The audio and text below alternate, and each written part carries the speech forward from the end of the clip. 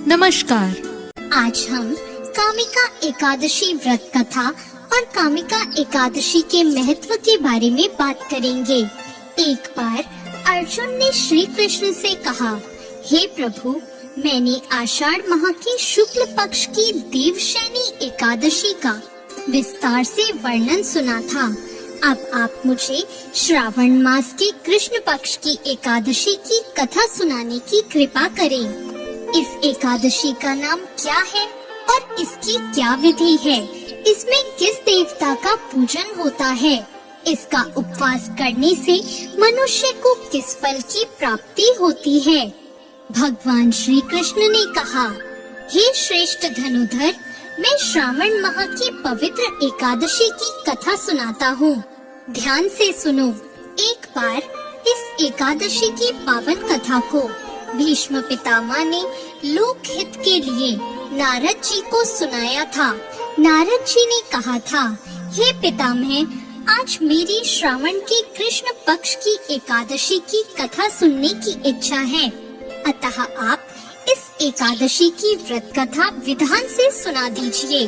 नारद जी की इच्छा को सुनकर भीष्म पितामह ने कहा था, हे नारद जी, आपने बहुत ही सुंदर प्रस्ताव किया है। आप बहुत ध्यान पूर्वक इसे सुने। श्रावण माह के कृष्ण पक्ष की एकादशी का नाम कामिका एकादशी होता है। इस एकादशी की कथा सुनने मात्र से ही वाजपेयी यज्ञ के फल की प्राप्ति होती है। कामिका एकादशी के उपवास में शंख, चक्र, गदाधारी भगवान विष्णु का पूजन होता है।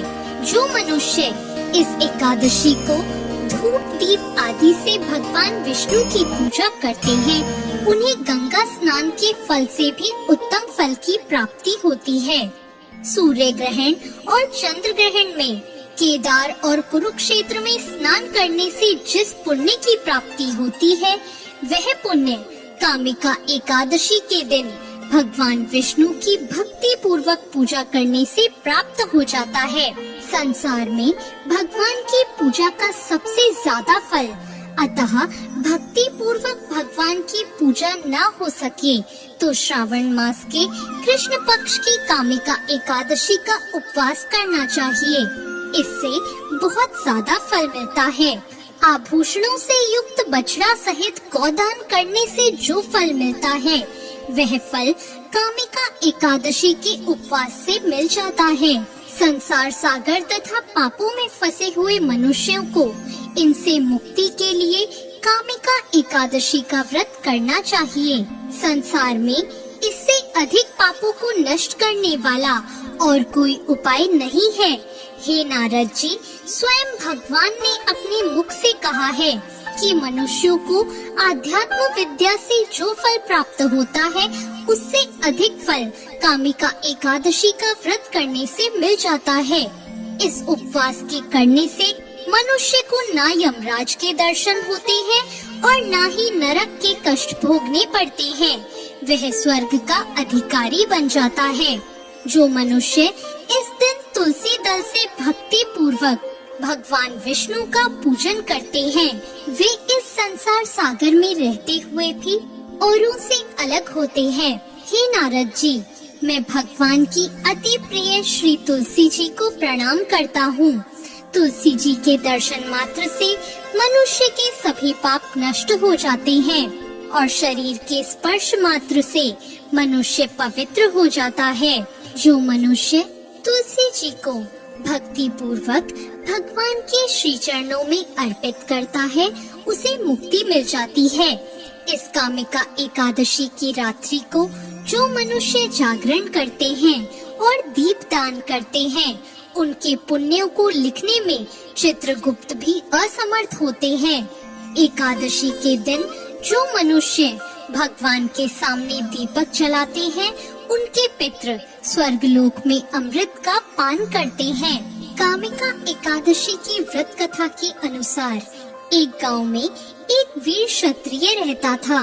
एक दिन किसी कारणवश उसकी एक ब्राह्मण से हाथापाई हो गई और उसके हाथों उस ब्राह्मण की मृत्यु हो गई।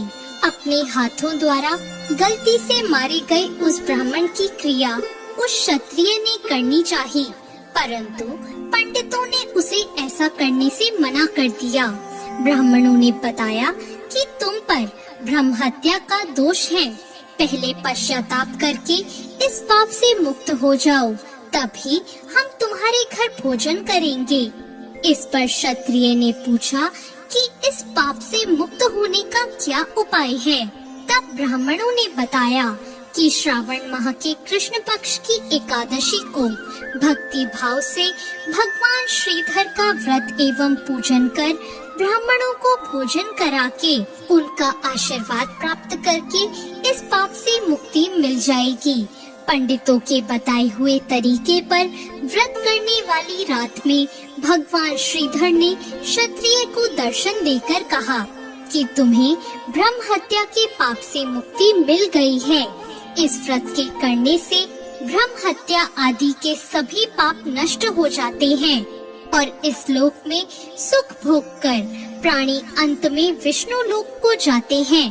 कामिका एकादशी के इस महात्म को सुनने और पढ़ने से ही मनुष्य स्वर्ग लोक को प्राप्त होते हैं। धन्यवाद।